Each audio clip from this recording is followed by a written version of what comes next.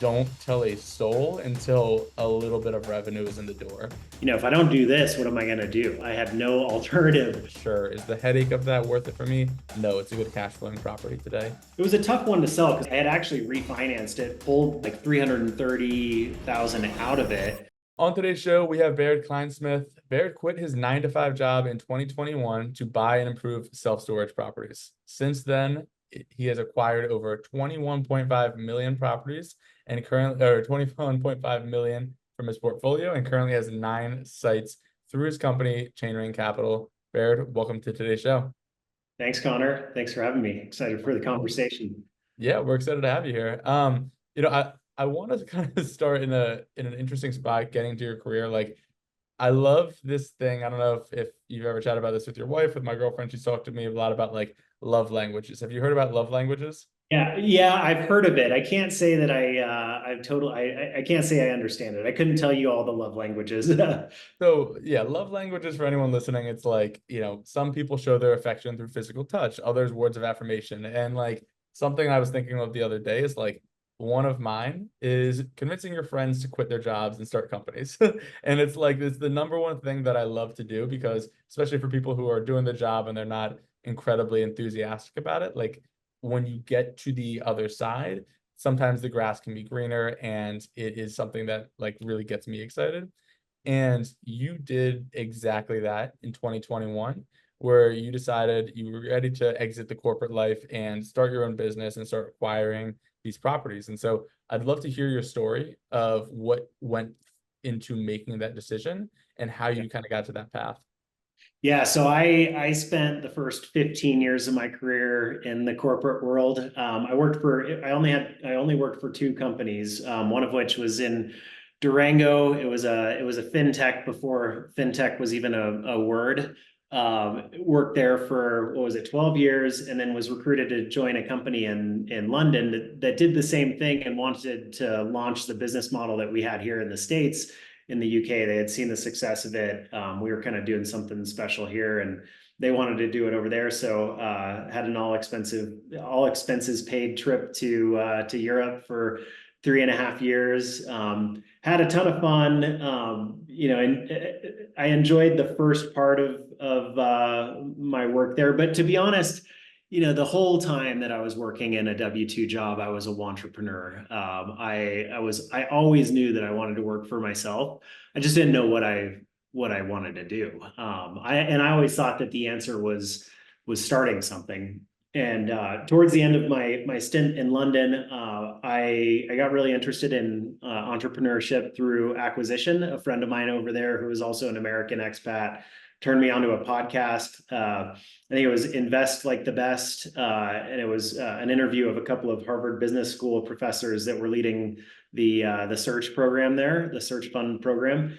And I got really interested in this idea of buying an existing small business. I'm very risk averse. I liked that there was less risk in taking something that existed today and just making it better. But as I considered the reality of running a small business, nothing really hit for me. And so it wasn't until much later that I discovered self-storage as kind of a combination of a small business and a real estate asset, a relatively simple operation compared to running like a home service business. But like backing up a bit, the decision to leave the corporate world was actually made for me. I won't say anything more than that because I think I signed some documents that said I can't talk about it. But it was not entirely my decision to leave that world, and so I found myself unemployed. I had a bit of space in that I had a long leave period where I was paid and didn't have work to do, and during that I really dug into the acquisition concept, and then so we moved back to Durango from London in late 2020, I guess August 2020. I just hit 4 years back here. But it took me a couple of months after that to find storage. I was looking at Biz Buy Sell, Flippa, Empire Flippers, like, both offline and online businesses to buy, and just nothing really hit me as something that I wanted to work on. until I heard Nick Huber on My First Million back in November 2020. He described his strategy of buying mismanaged mom and pop storage facilities, modernizing them, and generating great returns. And I thought, it kind of clicked for me in that moment that I heard him describe this. I was like, this actually sounds like a business segment I'd be excited about. Strangely enough, I never thought I'd be the Sultan of storage, as I describe myself on X. Uh, yeah, so I didn't, I think my advantage was that I didn't think about it for very long. I heard it and I thought, okay, I see all these crappy storage facilities around me in Southwest Colorado, Northwest New Mexico. Uh, I'm going to send a letter I'm going to build a list. And I did. Like the next 2 days I spent building a list using Google and the county assessor databases. And then I sent a letter to, I think it was about 50 owners. And I was really lucky. My results are not typical. I ended up immediately buying, well, like relatively immediately buying two properties from owners that responded to that letter. And then two more that year that were also on that list and just either took longer to respond to the letter or required a cold call to get them to respond. So that first letter ended up generating my first 4 deals, and the rest is history. Went on to buy 6 more, so bought a total of 10 properties. But I sold one in December of last year as a reverse 1031 exchange to buy my biggest property, which I describe as the jewel in the Sultan's turban. I bought that back in October of last year, but funded it in reverse through a sale in December. Yeah, that's really, really impressive. I mean, first of all, just so cool to see all the success that you've had so quickly. I think, we started around the same time, and I think you've scaled up with much bigger deals than we have, which is really cool to hear about, like the acquisition strategy and how you've been able to like get these sellers on the phone. One thing before we talk about you sending out those 50 letters that I want to dive a little bit deeper into it is you mentioned being risk adverse, 15-year plus career. I know that you're a father as well. And so like what was like the psychology or at least like the conversations that were kind of happening internally, whether that's for yourself or in your household when you were deciding to get into this world? Was there hearing you say, hey, we bought that first deal, and I think if I'm right, I think it was a $1.1 million deal, if I'm correct. Yep. Yeah, you got that right. Like you made it sound very easy. Was it as easy as you were making it sound, or like what was going on during that time? Well, no, I struggled. I mean, I was in a pretty low spot when I decided to focus on storage. I had looked at a lot and I had like almost crossed the line, like almost did a couple of deals to like I think there was uh, a copywriting agency that I almost bought off of like Empire Flippers, which would have been terrible. Like AI, I'm sure has decimated that business. Luckily, one of my friends talked me out of that, who knew the agency business much better than I did. I knew nothing. I almost bought a T-shirt business. Like it was really close to it. So glad I didn't, because I think that would be a pretty miserable business to be in. I'm sure some people can be successful in clothing and apparel, but I'm not sure I have what it takes there. So like I was kind of in this mode of desperation when the idea for storage came. And I would say like the primary response from like my wife, who's my, the biggest sort of stakeholder in this decision process, was skepticism. Like it was sort of like, here's another one of Baird's ideas. He's gonna, it'll be, it's kind of like the flavor of the day. Who knows what the flavor will be tomorrow? But luckily, I gained quick traction before I could rethink the decision. And that first one, like the call back from the first one I bought, it was almost immediate, like a couple of weeks after I sent the letter. And I didn't know, I had no idea what I was doing in underwriting that deal, but I have a little bit of a background in running ROI models from the corporate world. And, it seemed simple enough that I sort of created a spreadsheet, ran some numbers, and it looked like it worked. It looked like the deal would cash flow well, create a great return on the cash that I'd have to put in. And but I didn't have like the confidence to immediately pull the trigger on my own. So I asked Nick Huber to help look at the deal with me. He looked at it. He thought it was a great deal. I had another storage guy that's not really on X or Twitter. His name's John Marsala. He owns KO Storage, which is a really big they're a big sort of roll up of mom and pop facilities. He looked at it, thought the numbers looked good too, and so I just decided to move forward with it. But I remember I was with family at Christmas in December of 2020, and I was like telling them what I was trying to do, and I could just see the looks of skepticism, people thinking I was crazy to do this, thinking I was crazy to put so much money into something that I had no idea what I was doing with. But I'm glad I didn't listen to the detractors. I'm glad I didn't listen to my own internal voices questioning the decisions, because it's turned out to be, it's turned out to be pretty great.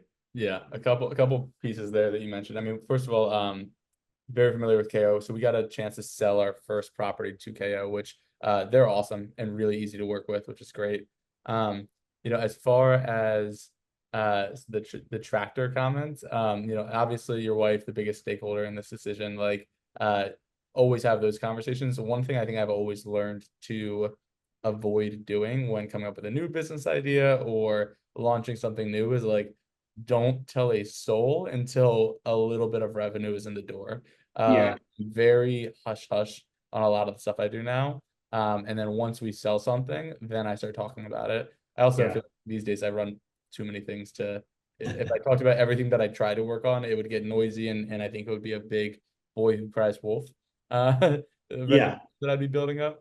Um, but I like hearing that you kind of talk about some of the uncertainty there because I know for myself at least, like prior to doing any self-storage, we ran an e-commerce business. Ran an e-commerce myself, my business partner who's involved with myself with everything that we buy at Atlas Storage. We started an e-commerce business in college. We scaled it up, did a couple million in sales, sold that in 2020 and had some cash and we're like, what should we do? And so somehow or another, I'll save the whole story here, but we ended up getting involved in self-storage. And we bought our first deal from a wholesaler who we found on Facebook Marketplace. And it was 7 days to close, all cash, tiny deal from a dollar standpoint. I think the guy dramatically mispriced this thing. And to our fortune, like we Yeah. bought it for $400,000.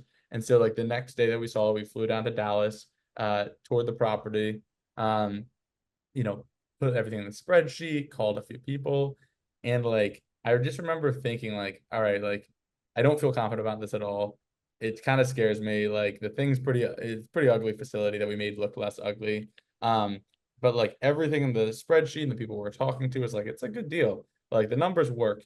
And I remember just basically asking myself the question, like, if we don't do this deal, what deal are we going to do? Because Yeah. nothing looked better than that was on market, and we weren't scaling up our off market acquisition side as much at that point in time.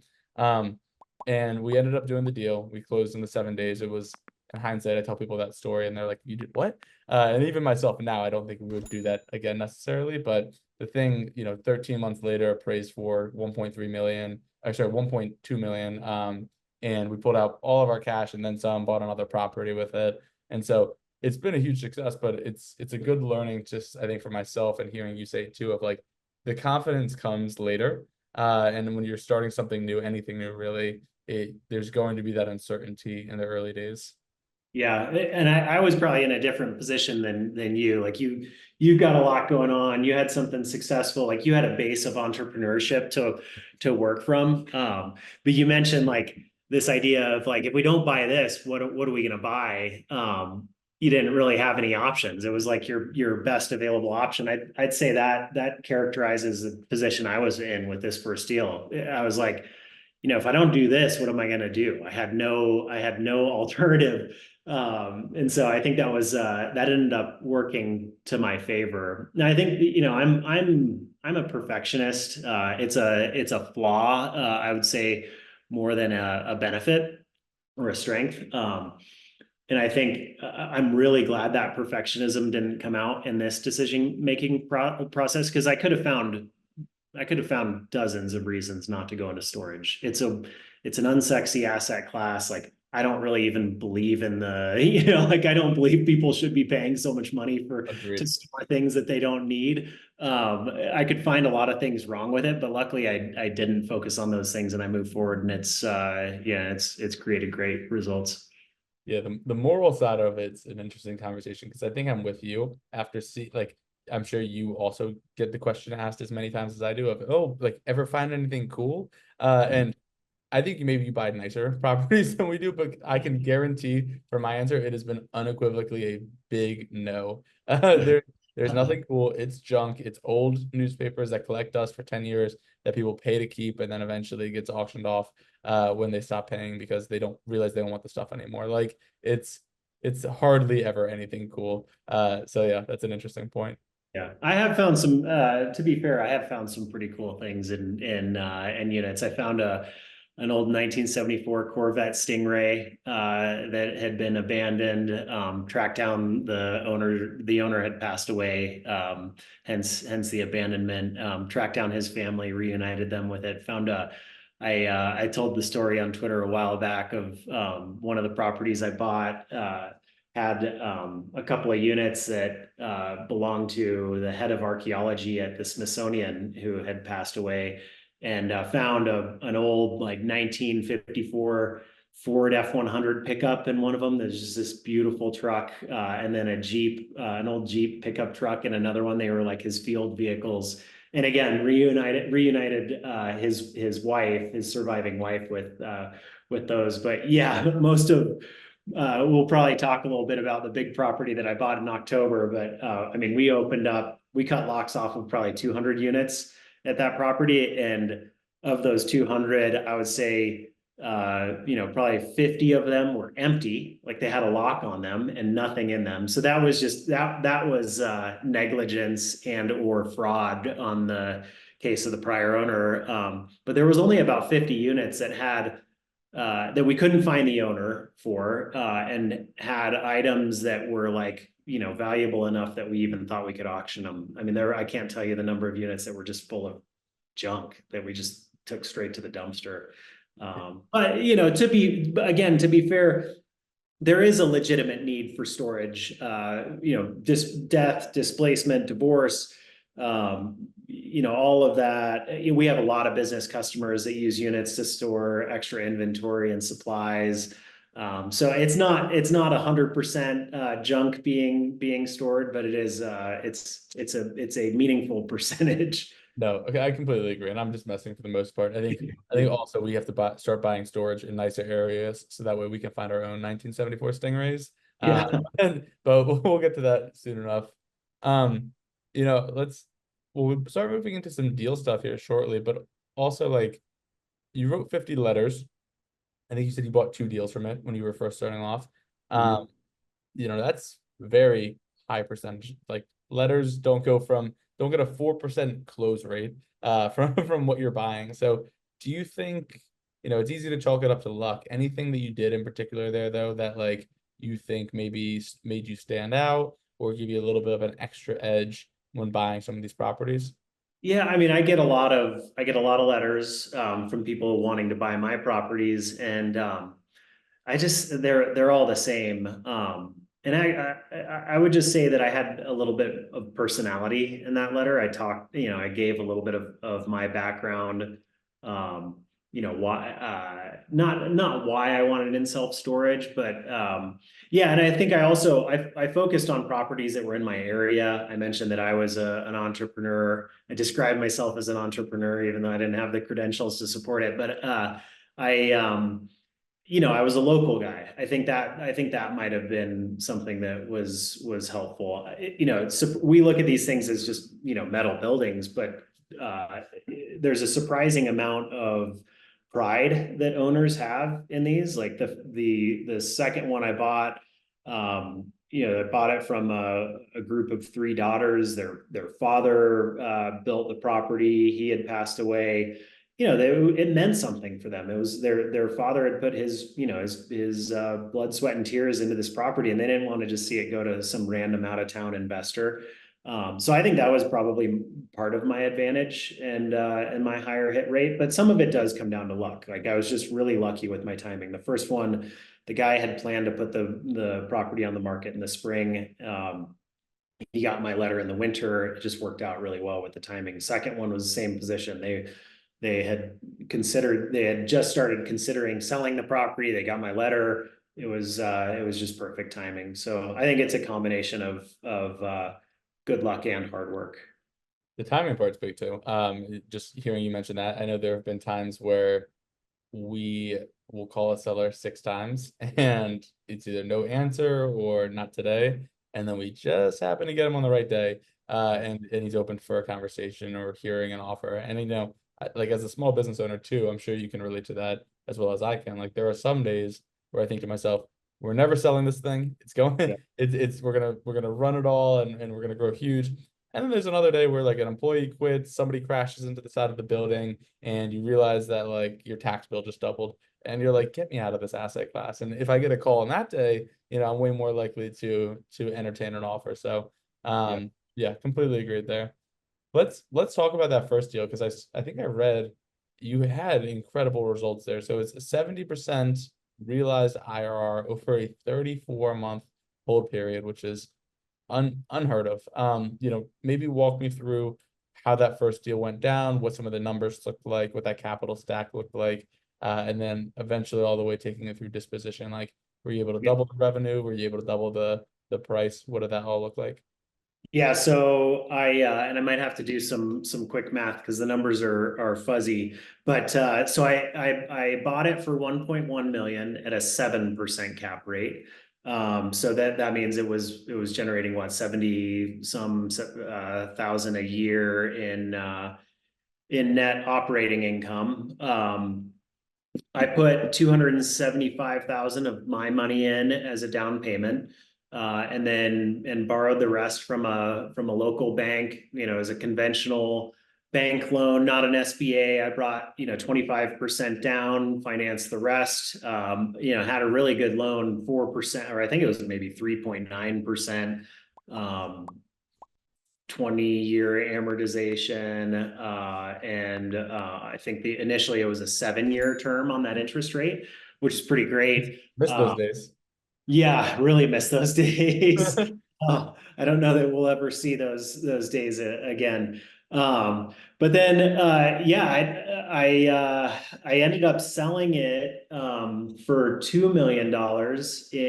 Yeah, 34 months later. But I've had people, of course, the trolls on the internet say, "Well, you just benefited from compressing cap rates." Completely the opposite. I sold it at an 8.5% cap rate for almost twice what I bought it for. So again, I don't know the math on it, but my what is that? My NOI was I'll just do that really quick. So eight and a Something half like percent times 160,000. so yeah, 107. So I took it from roughly 75,000 in net operating income to 170,000 in net operating income, and sold it for $2 million. So and that was a tough. It was a tough one to sell because I had actually refinanced it, pulled like 330,000 out of it, and so I got my full down payment back and a little bit more, and then kept the same interest rate, extended the term of that interest rate to 10 years.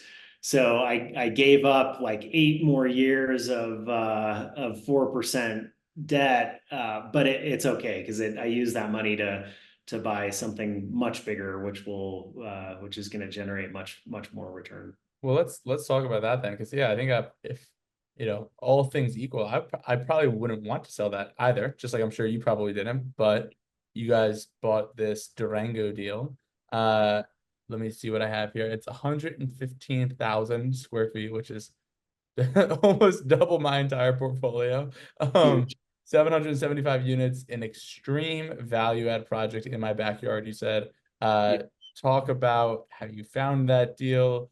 Give us the whole full story there. Yeah, so this one is like it's I mean, it's if you live in Durango, you know the property. It's very like physically very prominent. It sits up on a hillside above the river, kind of across the river from the main highway that comes into town. And so it's hard to miss. Like everybody know if you say its name in Durango, everybody knows the property that you're referring to. I just kind of Hail Married a letter into the owner. I need to look back on when I sent that letter, but he sat on it for a while. Like I think he sat on it for like 6 months, ended up calling me in late spring, early summer of 2023. And he was interested in selling. He had private equity breathing down his neck. It's an institutional quality property. But he built this thing. I mean, his story is pretty interesting. He was a big developer. He developed one of the largest, newest neighborhoods in Durango, and was initially really successful with that, but then lost everything, almost everything he had, with the exception of the storage property in the 2008 2009 financial crisis. And so he was a successful residential developer. Took some of the proceeds from that and started building this storage property, and and he owned it for 15 years. He was a builder. Built it all himself. Had a lot invested in it, both financially and emotionally. And he just didn't want to sell to some faceless out of towner. So he got my letter, and I think I clicked with him as like one of the few, if not the only local guy that could take this on. And I think in that letter, my letters have sort of changed over time, and now I kind of have a little bit more to say in how I make transactions easy for owners. And I think he saw that and was like, okay, I think this guy could actually be a legitimate buyer. So we started talking. The price he gave me, which was $12 million, was crazy. I think I was prepared to pay like 7 or 8. But I ran the numbers, and like his revenue was and net operating income was crazy low. Like the $12 million, based on his net income, I think he was generating 350,000 in net income. So it was like a 2.9% cap rate, which is crazy. But I looked at his rent roll and I saw that like he should have been generating like 105 plus $1,000 a month in revenue.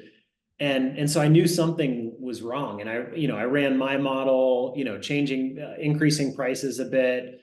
I have much lower costs than he had. And I saw that, like, I thought I could get this thing to 130, 140,000 a month in revenue at 75% net income margins, and at that level it should be worth 16 18 million dollars. And so I just a lot of things went my way. Luckily, I have a very supportive and understanding bank who's got a lot of confidence based on my track record. And so I got them to loan me $6 million, and then I got the seller, to carry $5 million at 4% for 5 years. So it all lined up, and I was able to close that deal. And so I closed on it in late October on Halloween of last year. But in the process, I knew that, so I self-fund all my deals. I don't raise outside capital, as we were talking about before we started recording. And so I only have so much that I can put into these deals. And I knew that to be comfortable, I needed to sell a property to be able to roll those proceeds into this, and not just completely exhaust all of my savings. But once I got into that, like it's not a hot market for selling. Late last year still isn't, but I knew it was going to take me a little bit longer to close on the sale of that property. So I structured it as a reverse 1031 exchange. So I brought $1 million of my own money to close on the purchase in late October, and expected to get close to $1 million in net proceeds from the deal I had under contract to sell And luckily everything aligned. I sold that property in December. Ended up getting about 830,000 in net proceeds from that. So got most of what I put into the deal back, and deferred the taxes and depreciation recapture on that for the foreseeable future until I sell this property.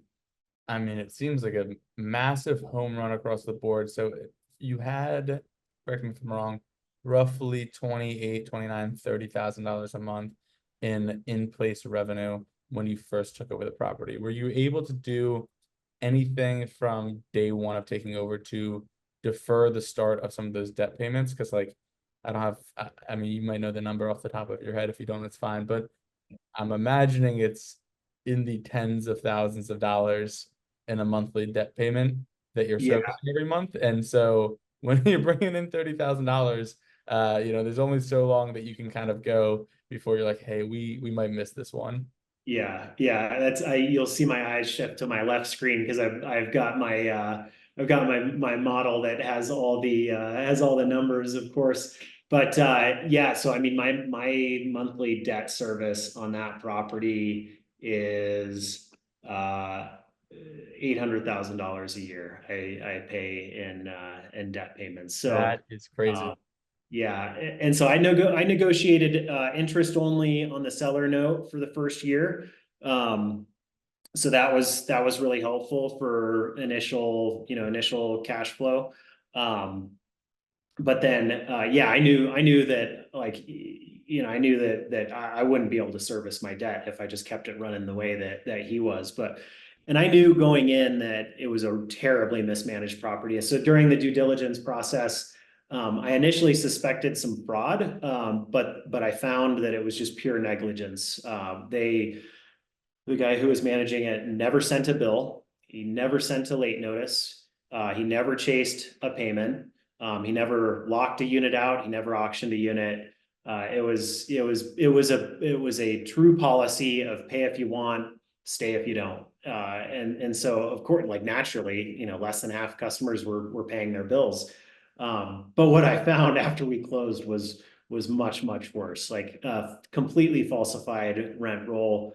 I mentioned that we had to cut units off of or cut locks off of like 200 units just to try to figure out who was in them. I mean, we sent out an intro email announcing the change of ownership, and we got hundreds of customers, well, customers in quotes, come back saying like they didn't have a unit with us. They had no idea why we were emailing them, or they moved out 10 years ago. So we found a complete mess. Customers were listed in the wrong units. We had to track down who was in which units. That was a multi-month process. I think we wrapped that up in like late January, early February, and we dropped to about 72% occupancy. And we're now up, north of 90% occupancy. No major rent increases, but we're collecting what's due. And so revenue went from, they were collecting on average 50,000 a month in revenue. We'll go north of 130,000 for August revenue. We hit 127 last month, or the last 2 months, and this month will probably be at like 133 in monthly revenue. And first of all, that's incredible. That's before bringing in any rent changes or anything like that. You are solely focused on occupancy changes right now.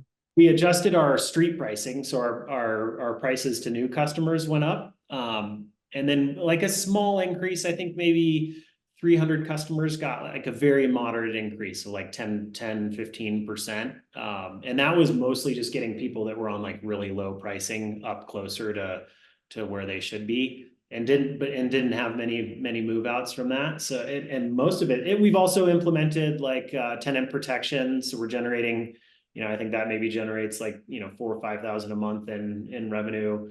Our late fees are probably a bit more aggressive than the prior. Well, the prior owner wasn't charging any late fees, so they're definitely more aggressive than his.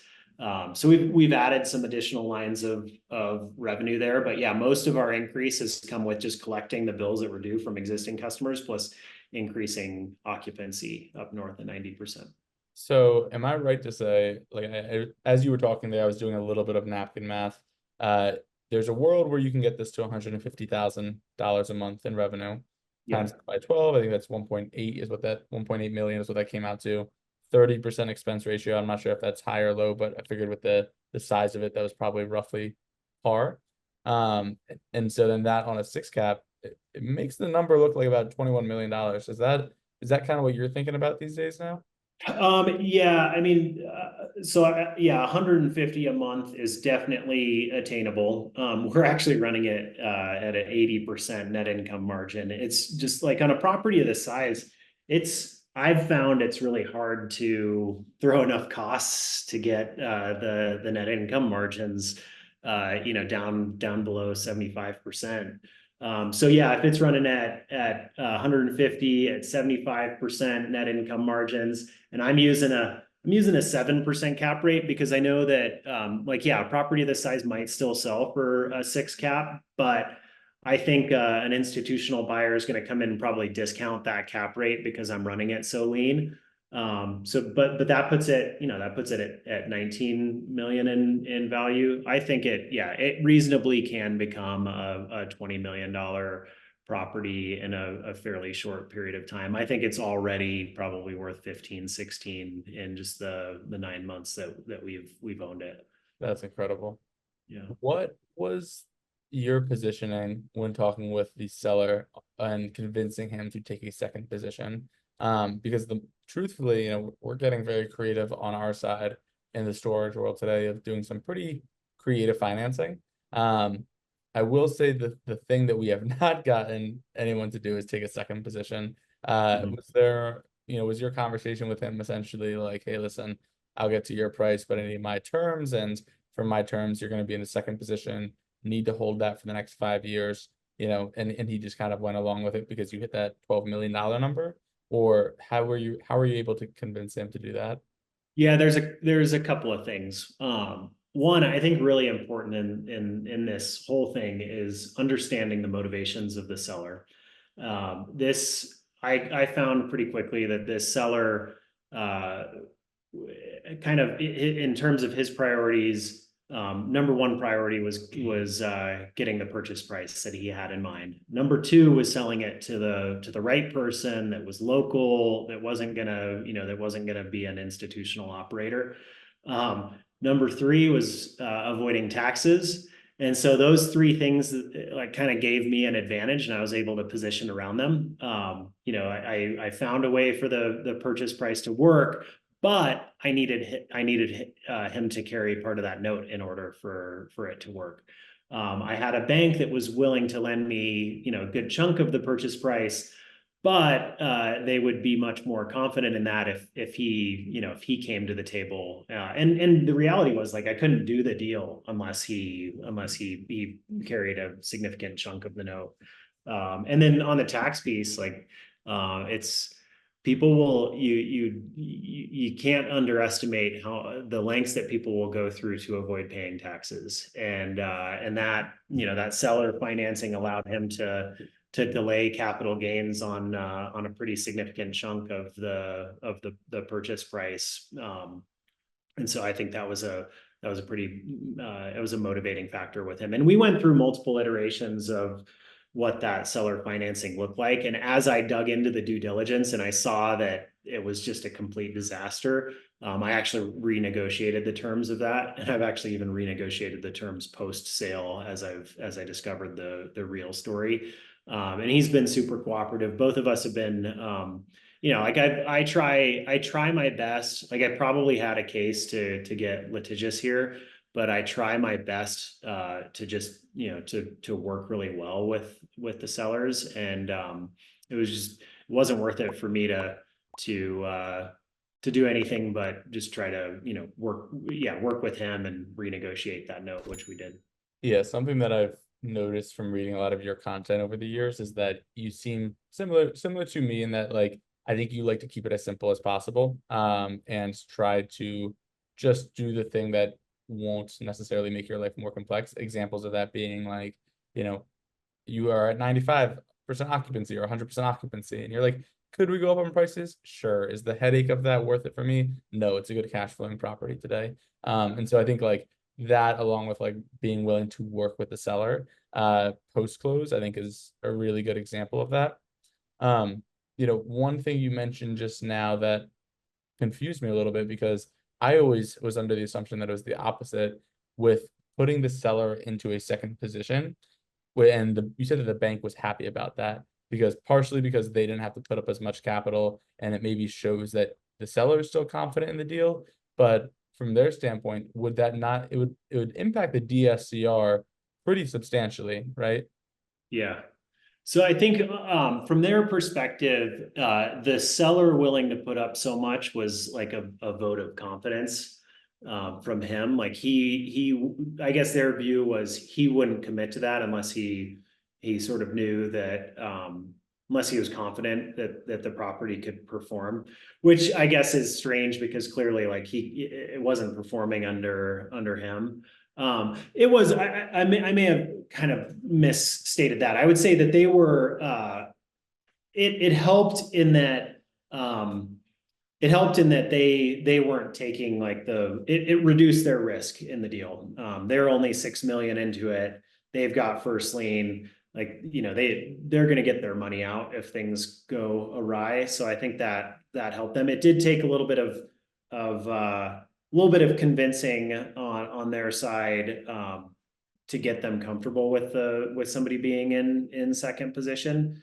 But ultimately they came around to it. And I think the key there was that I've done a bunch of business with that bank previously. I've always done what I said I would do.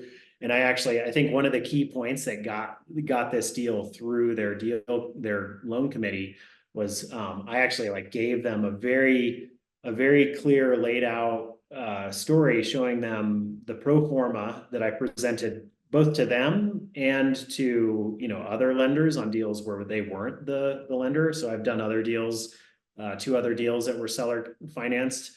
And I, of course, came up with a pro forma P&L at that time. And then I had some other deals that I financed with other banks, and I gave them every single pro forma P&L that I did on my prior 9 purchases, and I showed them my actual performance. And in every case except one, I significantly exceeded my pro forma with my actual results. The one was slightly off. But it wasn't far. Like it was only slightly off. And I think I was just a little bit too aggressive with my initial assumptions on that one. So that was really the key to getting the bank on board with that, was just showing them that I had done what I said I would do in past cases and that I would do what I said I'd do on this one.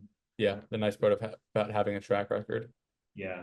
So all right, so at this point today, 9 sites, 21.5 million in storage acquired. You guys are leasing up, stabilizing well. What's next for you? Like what's getting you excited? Is it that you want to get these properties as stabilized as possible and hold them indefinitely? For you, is it finding 1 to 2 great deals that you can acquire every year and Yeah. coasting in that way? Like what's kind of in your guys' foresight? Yeah, so up until this point, I've been fairly scattershot with my targeting, and but I've now got a really like a pretty concentrated portfolio that's in southern Colorado. I've got a couple of properties that are in southern New Mexico that are outliers. One that's a little bit further north in Colorado. So my focus moving forward is to try to further consolidate the portfolio into southern Colorado.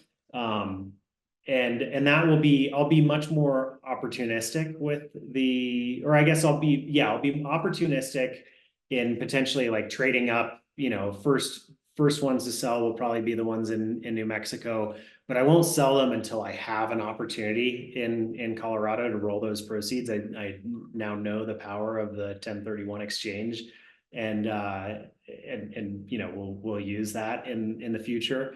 So I think I'll get just probably a little bit tighter on where I'm buying things. I think a bunch of my properties are really small ones. I now know that it requires just as much work to run a small property as it does the large, but the rewards are much greater for a large property. And so I don't think I'll be buying anything small in the future unless it's like complementary to to another property that I own. So yeah, and then my cash flow is great. Like I've got more than I need at this point. I don't have to grow. So I think I've kind of made a transition in the last few months from kind of being being desperate for growth and like really needing to grow to hit my income targets. And now I'm there and beyond, and I'm going to be much more sort of picky with what I buy. That's a good position to be in. Baird, this was a really cool conversation. I would actually love to have you back on the show in the future to answer all of the stuff that I wanted to talk about today. That Yeah. like you answered everything perfectly, and I think your story is awesome. I think that there's so much more that we could talk about, but I'll save those questions for another time. If anyone wants to check you out, see the work that you're doing, follow along for the journey, where can they find you? Yeah, first on X, formerly known as Twitter, as at Sultan of Storage.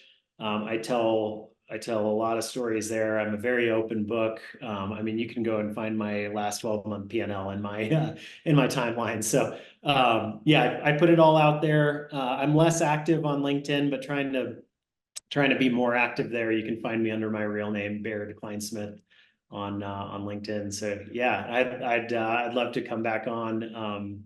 And yeah, if any of your listeners want to reach out on Twitter or LinkedIn, they're welcome to. All right. Thanks for coming on today's show. Cool. Thanks, Connor.